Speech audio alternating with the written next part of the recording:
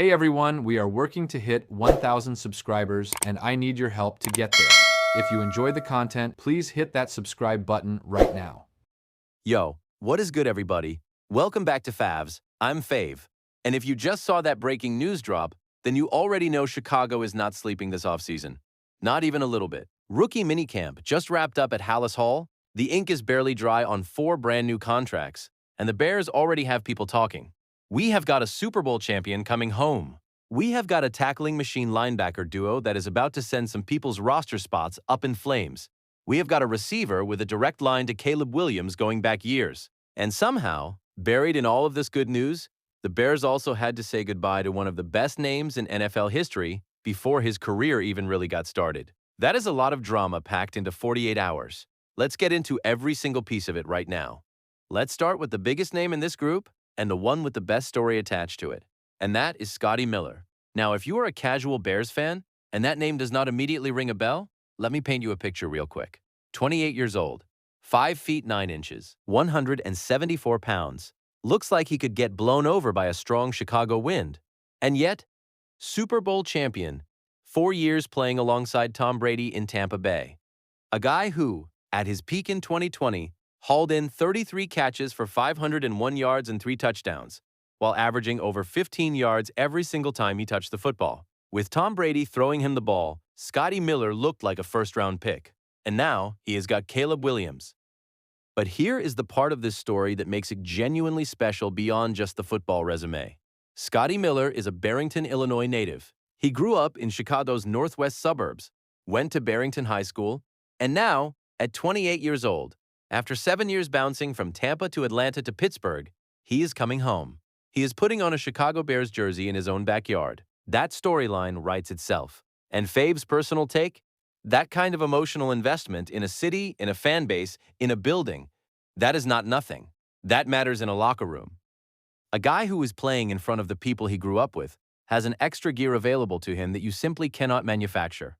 Now, let's be honest about where Miller actually is in his career right now, because this is a Fab show, and we do not do blind hype here. He had just 9 catches over his last 2 seasons with Pittsburgh. 9. His best days physically as a pure speed threat may be behind him. The 4.28 40-yard dash that made him a weapon in those Brady-era days in Tampa is not what it used to be.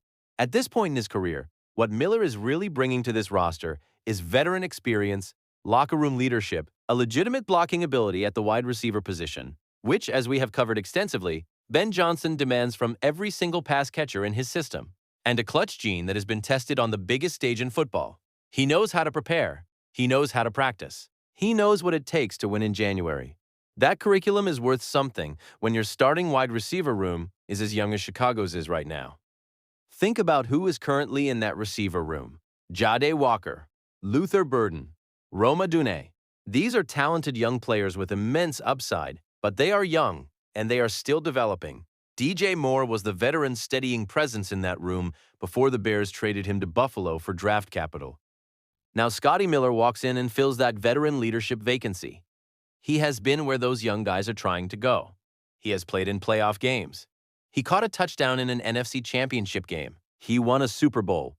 When the pressure rises in October and November, and this team is fighting for playoff position, Miller is someone those young receivers can look at across the locker room and draw from. That is the signing. That is the value. Fave approves. Now let's talk about the second wide receiver the Bears brought in, and this one has a layer to it that goes beyond just the football profile. Kairen Hudson, 6'2", 215 pounds, undrafted out of Penn State after spending most of his college career at USC. And if that USC connection just made your ears perk up, it should. Because Kairen Hudson played alongside Caleb Williams. They were teammates. They built a chemistry and a rapport over 2 seasons together in Los Angeles. And now, Ben Johnson's Bears have quietly slipped that connection directly into Caleb's receiving room. Fave has said it before, and will keep saying it. These quarterback connections are never accidental. Franchise organizations understand that chemistry between a quarterback and his pass catchers is not something you build overnight. It is accumulated through thousands of reps, thousands of route-running conversations, thousands of moment-to-moment adjustments in practice and in games. When you can bring in a player who already has a piece of that foundation established with your quarterback, you are buying something that cannot be replicated through coaching. Hudson and Williams already know each other. They already trust each other. That is a genuine head start. The production numbers at the college level tell an interesting story. 5 years in the NCAA, 53 career games, 95 receptions for just under 1,100 yards, averaging 11.5 yards per catch, with 10 receiving touchdowns. He also went out and had a 12.5 yards per catch performance in his final season at Penn State after transferring from USC, so the production held up even in a new environment with a new quarterback. Over 80% career catch rate, which signals reliable hands. Not flashy, not a guy blowing by cornerbacks with a 4.3 40, but a big physical target who makes contested catches, runs after contact, and can do something that Ben Johnson specifically values. He can block downfield. Multiple defenders going down when Hudson gets his hands on them. If you have watched any Chicago Bears offense under Ben Johnson, you know exactly why that matters. The realistic projection for Hudson right now is a practice squad spot if he has a solid training camp and preseason. At 6'2" and 215 pounds, with reliable hands and a direct connection to Caleb Williams, he has the tools to hang around. And in the modern NFL, where practice squads have expanded and teams can elevate players week to week, a practice squad spot is not a consolation prize. It is a foot in the door. Hudson has what it takes to keep that door open. Now let's get into the linebacker room, because this is where the Bears quietly did some real work this week and where the competition for roster spots just got legitimately spicy. 2 linebackers came in, 2 very different profiles, both of them bringing something this team specifically needs. First up, John Ratigan. And if you do not know this name yet, write it down, because this is a guy who has quietly been one of the better special teams players in the NFL for going on 6 years now. 6 feet tall, 236 pounds, undrafted out of Army in 2021, 5 different NFL franchises, the Seahawks, the Panthers, the Steelers, the Raiders, and now the Bears. And at every single stop, the same thing. He shows up. He does his job. He does not miss tackles. He has accumulated 42 career special teams tackles over 65 regular season games in this league, which is an elite rate for a guy who was never drafted.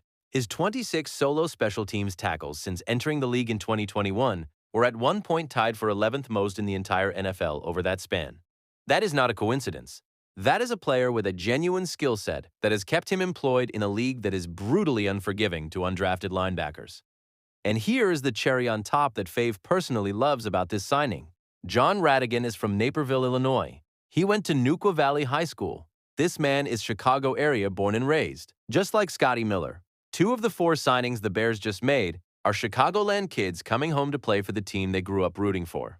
Try telling me that does not add something to the energy in that building. The competition picture at linebacker right now in Chicago is genuinely interesting. You have got the locks. TJ Edwards and Devin Bush are established.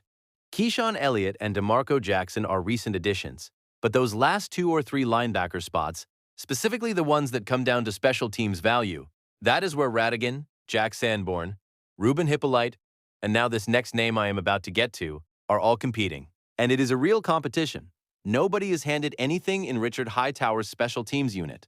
You earn your spot by flying down on kickoffs, by blowing up blockers on punt coverage, by making solo tackles at a consistent rate. Ratigan has the resume to compete for one of those spots directly. The second linebacker the Bears brought in is Wayne Matthews III, and this one is a different kind of profile entirely. 24 years old, 6'2", 230 pounds, undrafted out of Michigan State after spending the early part of his college career at Old Dominion. And on paper, the raw production numbers from his college career are genuinely eye-opening for a player who went undrafted. 254 career tackles over 5 years in the NCAA. 135 total tackles in a single season in 2023. One of the higher single-season tackle totals you will see from a college linebacker in the modern game. 3.5 sacks, 14 tackles for loss, 51 total quarterback pressures over his career, 4 pass deflections, 3 forced fumbles, a fumble recovery. He was also a first-team All-Big Ten selection. Honorable mention at Michigan State in his most recent season, starting all 12 games and finishing second on the team in tackles. For a guy the entire NFL just passed on in the draft, that resume demands some explanation. The reality is that at the NFL level, college tackle numbers from non-power programs or transitional college careers often get discounted heavily. Old Dominion is not Michigan or Ohio State. The competition level factors into how scouts evaluate the tape. But here is what matters in the short term. Wayne Matthews hits. He wraps up. He does not miss. He brings the same blue-collar physical mentality to the linebacker position that Ratigan brings, just with more raw production and a bigger frame. Whether he makes the 53-man roster in August is genuinely uncertain, but if he can keep doing what he did in college on special teams in an NFL environment, pursuing ball carriers with that closing speed and that tackle efficiency, he has a legitimate path to a practice squad spot at minimum, and potentially a late roster push if injuries hit the linebacker room. Now, before we close this out, we need to address the news that dropped quietly alongside all four of those signings, and that is that wide receiver Squirrel White has been placed on the reserve retired list, meaning his NFL career, for now, is over. And when I say for now, I mean the man was signed by the Chicago Bears as an undrafted free agent just days ago. He was literally on the practice field at rookie minicamp on Saturday. He left practice early. By Monday morning, he was on the retired list. The whole thing unfolded in the span of approximately 72 hours.